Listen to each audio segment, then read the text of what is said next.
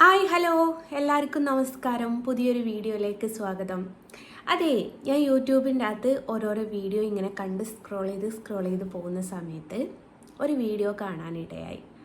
അപ്പോൾ ആ വീഡിയോ കേട്ട സമയത്ത് എൻ്റെ ജീവിതവുമായിട്ട് ചെറിയൊരു സാമ്യം എനിക്ക് തോന്നി.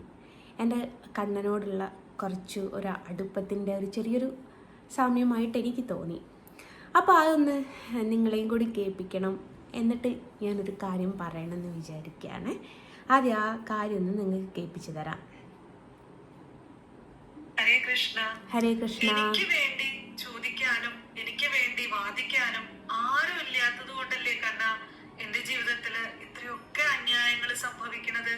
എനിക്ക് ആരും ഇല്ലല്ലോ ഭഗവാനെ എന്ന് കരഞ്ഞ് ഭഗവാനോട് ഞാൻ പല പ്രാവശ്യം കഴിഞ്ഞ വർഷം 2024 പല പ്രാവശ്യം കണ്ണൻ്റെ അടുത്ത് പോയിട്ട് നിന്ന് പറഞ്ഞ ഒരു വാക്കാണ് ഇവർ ഈ പറയുന്നത്. അതുകൊണ്ട് എനിക്ക് ശരിക്കും ഞാൻ പറയുന്നൊരു ഫീൽ എനിക്ക് വന്നു കേട്ടോ. ഞാൻ ഒരുപാട് പ്രാവശ്യം കണ്ണൻ്റെ അടുത്ത് പോയി പറഞ്ഞൊരു വാക്കാണത്. പരാതി പറയണ ഒരുപാട് ഭക്തരുണ്ട്. നിങ്ങൾ ഒരു നിമിഷം കൗരവ സഭയില് തന്റെ മാനം പോകുന്നത് ഭയന്ന് തന്റെ മനസ്സിനും ശരീരത്തിനും ഏറ്റ മുറിവുകൾ അതിങ്ങനെ വേദനിപ്പിക്കുമ്പോ ആ നിസ്സഹായ അവസ്ഥയിൽ നിന്ന് തന്റെ രക്ഷയ്ക്കായിട്ട് ഇവിടെ ഒരാളും വരില്ല. ഇവിടെ സത്യവും ഞാൻ ഇവർ പറയുന്ന ഇതേ ഒരു അവസ്ഥയിൽ നിന്ന സമയത്ത് എൻ്റെ രക്ഷയ്ക്ക് ഒരാളും വരൂല, ഞാൻ തീർന്നു കണ്ണ എന്നുള്ള ഒരവസ്ഥയിൽ മരണത്തിന് വരെ കീഴടങ്ങാൻ ശ്രമിച്ച ആ ഒരു മൊമെൻ്റ് ഉണ്ടല്ലോ, അതാ എനിക്ക് ഇവർ പറയുമ്പോൾ എനിക്ക് റിയലായിട്ട് എനിക്ക് എൻ്റെ ലൈഫിൽ ഓർമ്മ വരുന്നത്. ഇത് എത്രത്തോളം ആൾക്കാർ ഉൾക്കൊള്ളുമെന്ന് എനിക്കറിയില്ല. ഞാൻ പറയുന്ന സമയത്ത് എത്രത്തോളം ആൾക്കാർ ഇത് ഉൾക്കൊള്ളുമെന്ന് എനിക്കറിയില്ല. ശരിക്കും എൻ്റെ ലൈഫിൽ ഞാൻ ഇവർ പറഞ്ഞ ഇതേ രീതിയിൽ അനുഭവിച്ചിട്ടുണ്ട്. സത്യമായിട്ട് പറയാം. ഉള്ളവർക്ക് ആർക്കും തന്നെ രക്ഷിക്കാൻ സാധിക്കില്ല, തനിക്ക് താൻ മാത്രമേ ഉള്ളൂ എന്ന ആ ബോധം, ആ തിരിച്ചറിവ് വന്ന നിമിഷം ഉണ്ടല്ലോ, ദ്രൗപദി മനസ്സുരുകി തന്റെ ആത്മാവായ കൃഷ്ണനെ സ്മരിക്കുന്നു. ആ കൃഷ്ണനെ വിളിക്കാണ്, ഭഗവാനെ വന്നാലും. ആ പരിപൂർണമായ സമർപ്പണത്തോടു കൂടിയിട്ടുള്ള വിളിയാണ് ദ്രൗപദിക്ക് രക്ഷയായി മാറിയത്. ഒരു പക്ഷേ എനിക്കും അങ്ങനെ തന്നെ ആയിരിക്കും കേട്ടോ. ഞാൻ അങ്ങനെ ആണ് എന്ന് വിശ്വസിക്കാൻ തയ്യാറായിട്ട് നിൽക്കുന്നൊരു വ്യക്തിയാണ്. ഇനി എൻ്റെ മുമ്പിൽ ഒന്നുമില്ല, കാരണം കൂടെ നിന്ന ആൾക്കാരൊക്കെ തള്ളിപ്പറഞ്ഞു, ചേർത്ത് പിടിച്ച ആൾക്കാരൊക്കെ മാറ്റി നിർത്തി, കല്ലെറിഞ്ഞു, കുറ്റപ്പെടുത്തി. ഇനി എനിക്ക് ആരും ഇല്ലാത്തോണ എന്ന് പറഞ്ഞിട്ട് ഒരുപാട് പ്രാവശ്യം ഞാൻ കണ്ണനെ മുമ്പ് പോയിട്ട് കരഞ്ഞൊരു നിമിഷം എനിക്ക് ഉണ്ടായിട്ടുണ്ട്. ഇനി ആരുമില്ല കണ്ണ, എന്തിനാണ് എന്നെ ഇങ്ങനെ ഉപദ്രവിക്കുന്നത് എന്ന് ചോദിച്ചിട്ട് ഒരുപാട് പ്രാവശ്യം കരഞ്ഞിട്ടുണ്ട്. നീ മാത്രമേ ഇനിയൊരു ആശ്രയമുള്ളൂ എന്ന് പറഞ്ഞ് 150 പ്രാവശ്യമെങ്കിലും ഞാൻ കരഞ്ഞിട്ടുണ്ടാവും. കാരണം കണ്ണൻ്റെ പേരിലാണ് ഇത്രയും ഞാൻ അനുഭവിക്കുന്നത് കണ്ണ. ഇന്ന് എനിക്കല്ലാതെ എന്നെ കരകയറ്റാൻ പറ്റൂല എന്ന് ഒരുപാട് പ്രാവശ്യം ഞാൻ കണ്ണൻ്റെ അടുത്ത് പറഞ്ഞിട്ടുണ്ട്.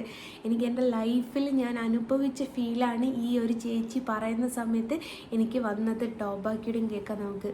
അവിടെ തീർന്നോ? ഇല്ല. ദ്രൗപദിയെ വേദനിപ്പിച്ചവരെ മുഴുവനും ഭഗവാൻ ഇല്ലാതാക്കി.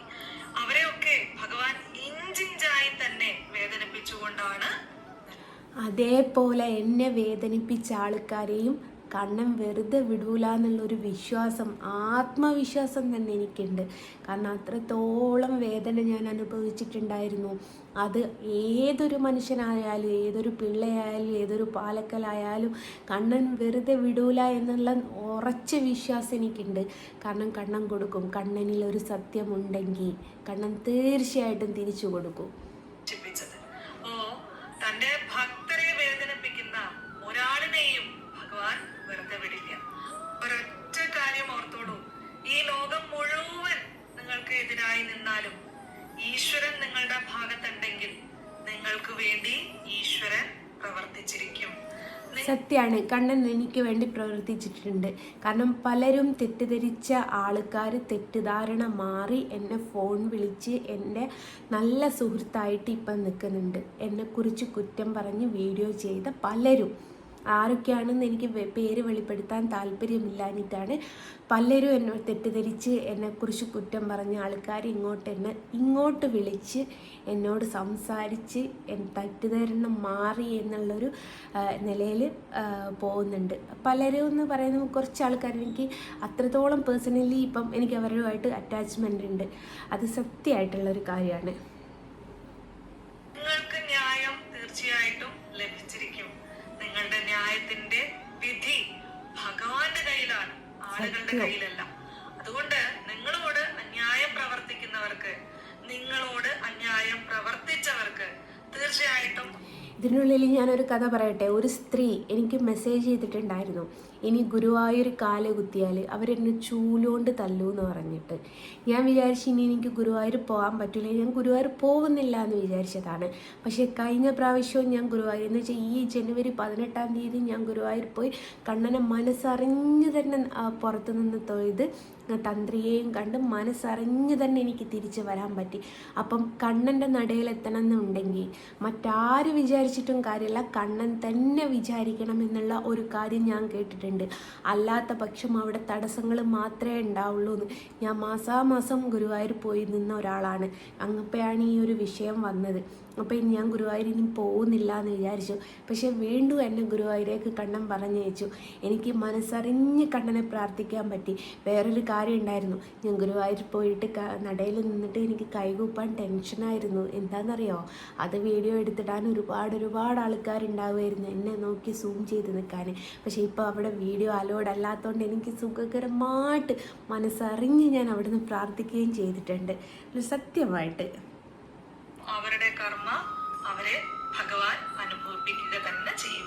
നിങ്ങൾക്ക് ഭഗവാനില് അടിയുറച്ച വിശ്വാസവും നിങ്ങളുടെ തെറ്റുകൾ വീണ്ടും വീണ്ടും റിപ്പീറ്റ് ചെയ്യാതെ ഭഗവാനെ ആശ്രയിച്ച് നിങ്ങള് നന്മ വളർത്തി, നിങ്ങള് സ്നേഹവും കാരുണ്യവും ദയയും അതുപോലെ തന്നെ നിങ്ങൾക്ക് എത്രത്തോളം നല്ല പ്രവർത്തികൾ ചെയ്ത് മുന്നോട്ട് പോകാൻ പറ്റുമോ അത്രത്തോളം നല്ല പ്രവർത്തികൾ ചെയ്തുകൊണ്ട് നിങ്ങള് മുന്നോട്ട് പോവുക.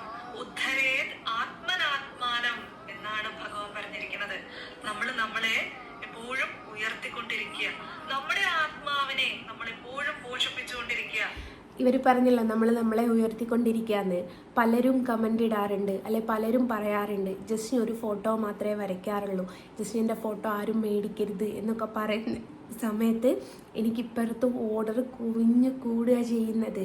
ഇവരുടെയൊക്കെ വിചാരം എനിക്ക് ഓർഡർ ഇല്ല എന്നാണ്. എന്നിട്ടിപ്പം ഞാൻ ഓരോ ദിവസം എനിക്ക് കൊറിയർ ചെയ്യാനുള്ള ഫോട്ടോ സഹിതം തെളിവ് സഹിതം ഞാൻ കൊടുക്കുന്നത്.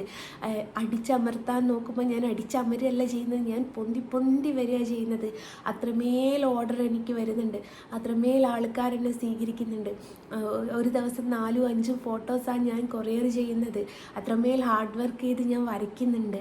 ഇവർ പറയുന്നതൊക്കെ എനിക്ക് എൻ്റെ ലൈഫിൽ ഫീൽ ചെയ്ത പോലെ തോന്നുക. ആ ആത്മാവിൽ നന്മ വളർത്തിക്കൊണ്ടിരിക്കുക. അവർക്കൊക്കെയുള്ള ശിക്ഷ ഭഗവാൻ നടപ്പിലാക്കിക്കോളും. നമ്മൾ ആർക്കും ഒരു ശിക്ഷയും വിധിക്കാൻ പോണ്ട. നമ്മൾ ആരോടും ഒരു തരത്തിലുള്ള വിദ്വേഷവും നമ്മളുടെ ഉള്ളിൽ സൂക്ഷിക്കേണ്ട.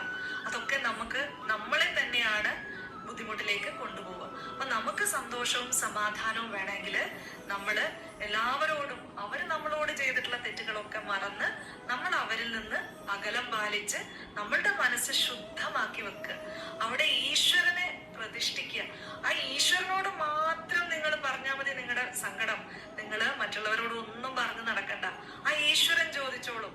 സമയമാവുമ്പോ ആ കാലചക്രം തിരിഞ്ഞ് കാലചക്രത്തിന്റെ ആ സൂചി ഉണ്ടല്ലോ, അത് നിങ്ങളിലേക്ക് എത്തുന്ന സമയത്ത് നിങ്ങളുടെ അന്യായങ്ങൾക്കുള്ള കണക്ക് ഭഗവാൻ ചോദിക്കും. ആർക്കും ഈ പ്രപഞ്ചത്തിൽ നിന്ന് കർമ്മത്തിൽ നിന്ന് രക്ഷപ്പെടാൻ സാധിക്കില്ല, ഒരാൾക്കും സാധിക്കും. കപടഭക്ത എന്ന് വിളിച്ച ആൾക്കാർ കൊണ്ട് അവരുടെ നാവ് കൊണ്ട് ഭക്ത എന്ന് തന്നെ കണ്ണം വിളിപ്പിക്കും.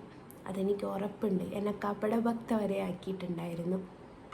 അതാണ് കർമ്മ സിദ്ധാന്തം എന്ന് പറയുന്നത്. അതുകൊണ്ട് നിങ്ങളുടെ മനസ്സിൽ നന്മയും സ്നേഹവും കാരുണ്യവും വളർത്തി നിങ്ങൾ ജീവിക്കുക.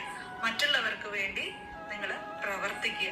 സമൂഹത്തിന്റെ നന്മയ്ക്ക് വേണ്ടി നിങ്ങൾ പ്രവർത്തിക്കുക. ഒരാൾക്കെങ്കിലും വേണ്ടി ജീവിക്കാനോ അവർക്ക് വേണ്ടി എന്തെങ്കിലും ചെയ്തു കൊടുക്കാനോ സാധിച്ചാൽ മതി, നമ്മളുടെ ജീവിതം ധന്യമായി തീരും. അപ്പം നിങ്ങൾക്ക് ഈശ്വരന്റെ കാരുണ്യം ഉണ്ടാവട്ടെ. ഈശ്വരൻ അനുഗ്രഹിക്കട്ടെ. അപ്പം ഈ ഒരു സംഭവം എനിക്ക് കേട്ട സമയത്ത് എൻ്റെ ലൈഫിൽ ഞാൻ അനുഭവിച്ച് വന്ന കാലഘട്ടങ്ങൾ, അല്ലെങ്കിൽ ഞാൻ ലൈഫിൽ നമ്മൾ ചില സിനിമകളൊക്കെ കാണുമ്പോൾ നമുക്ക് മനസ്സിന് ടച്ച് ചെയ്യാന്ന് പറയല്ലേ, അതേപോലെ ഇവർ ഈ പറഞ്ഞപ്പം ഞാൻ കടന്നു പോയ വഴികളിലൂടെ, ഞാൻ പ്രവർത്തിച്ചു പോയ വഴികളിലൂടെ, അല്ലെ എൻ്റെ വിശ്വാസത്തിൻ്റെ വഴികളിലൂടെ ആണ് ഇവർ ഈ പറഞ്ഞുകൊണ്ടിരിക്കുന്നത്.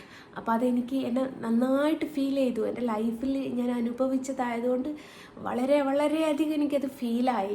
അപ്പം അത് നിങ്ങളോടുകൂടി ഒന്ന് പങ്കുവെക്കണം എന്ന് വിചാരിച്ചു. അവർ പറഞ്ഞതുപോലെ കാലചക്രം നമ്മൾ നേരിക്കെത്തുന്ന സമയത്ത് തീർച്ചയായിട്ടും ഇവർക്കൊക്കെ തിരിച്ചു കിട്ടും. എന്നെ ചൂലുകൊണ്ട് അടിക്കുമെന്ന് പറഞ്ഞ ആ സ്ത്രീക്ക് 150 പ്രാവശ്യം അടി എവിടുന്നെങ്കിലും കിട്ടും, അതെനിക്ക് ഉറപ്പുണ്ട്. അതേപോലെ എന്നെ കപടഭക്തിയാക്കിയ ഓരോരുത്തർക്കും, എന്നെ ഈ ഒരു ഗതിയിലേക്ക് മരണത്തിന് വരെ വിട്ടുകൊടുക്കാൻ തയ്യാറായ ഓരോരുത്തർക്കും തീർച്ചയായിട്ടും കണ്ണൻ കൊടുക്കുന്നുള്ളൊരു ആത്മവിശ്വാസം എനിക്കുണ്ട്. ഇത്രയൊക്കെ വന്നിട്ടും കണ്ണൻ ചേർത്ത് മുറുകെ പിടിച്ചിരിക്കുകയാണ് എന്നുള്ളത് എനിക്ക് അത്രമേൽ മനസ്സിലാവുന്നൊരു കാര്യമുണ്ട്. സുഹൃത്തുക്കളെ, ഒരു കുറച്ച് കാലം കൂടി നിങ്ങളൊന്ന് വെയിറ്റ് ചെയ്ത് നിൽക്കി.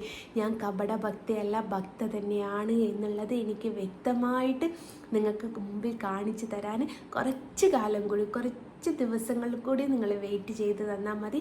എൻ്റെ ലൈഫിലെ ഏറ്റവും ബെസ്റ്റ് മൊമെൻറ്റിൽ കണ്ണന് സാക്ഷിയാകുന്നുണ്ട്. കണ്ണനാണ് അതിനെല്ലാത്തിനും മുൻകൈ എടുത്ത് നടത്തുന്നതെന്നുള്ളത് എനിക്ക് നന്നായിട്ടറിയാം. കണ്ണൻ്റെ കരങ്ങളാണ് എൻ്റെ എന്നിലേക്ക് വന്നത് എന്നുള്ളതും എനിക്ക് നന്നായിട്ട് മനസ്സിലാവും. അപ്പം ഞാൻ കപടഭക്തയല്ല, ഭക്ത തന്നെയാണ് എന്നുള്ളതും കൂടി തെളിയിക്കുന്ന ഒരു നിമിഷമായിരിക്കും, ഒരു വേദിയായിരിക്കും അത് എന്നുള്ളത് എനിക്കറിയാം. ആ ഒരു നല്ലൊരു കാര്യം നിങ്ങളുടെ അടുത്ത് പറയാൻ വേണ്ടിയിട്ട് കാത്തിരിക്കുന്ന ഒരു മൂമെൻ്റാണ് ഞാൻ. അപ്പോൾ ഈ ഒരു കാര്യം കേട്ടപ്പോൾ എനിക്ക് അത്രമേൽ മനസ്സിന് ടച്ച് ചെയ്തപ്പോൾ ഞാനൊരു വീഡിയോ ആക്കി ചെയ്തതാണ്. പിന്നെ കൈയൊന്നും നോക്കണ്ട കേട്ടോ, പെയിൻറ് ചെയ്ത് കഴിഞ്ഞത് കൊണ്ടുള്ളതാണ്. അതുകൊണ്ട് കൈമേൽ എന്താണ് എന്നുള്ളത് ആരും ചിന്തിക്കേണ്ട, അത് പെയിൻ്റാണ്. അപ്പോൾ ഇത്രയേ ഉള്ളൂ. ഹരേ കൃഷ്ണ, സർവം കൃഷ്ണാർപ്പണമസ്തു. എനിക്ക് കറക്റ്റ് പറയാൻ അറിയില്ല കേട്ടോ, അതുകൊണ്ടാണ് ഒന്ന് പിടുത്തമിട്ട്. സർവം കൃഷ്ണാർപ്പണമസ്തു എന്നല്ലേ പറയല്. അപ്പം എല്ലാം ഞാൻ കൃഷ്ണനിൽ അർപ്പിച്ചിട്ടുണ്ട്. അപ്പം ബാക്കിയൊക്കെ കണ്ണൻ കൊടുക്കും, എല്ലാവർക്കും കൊടുക്കും. ഓക്കെ.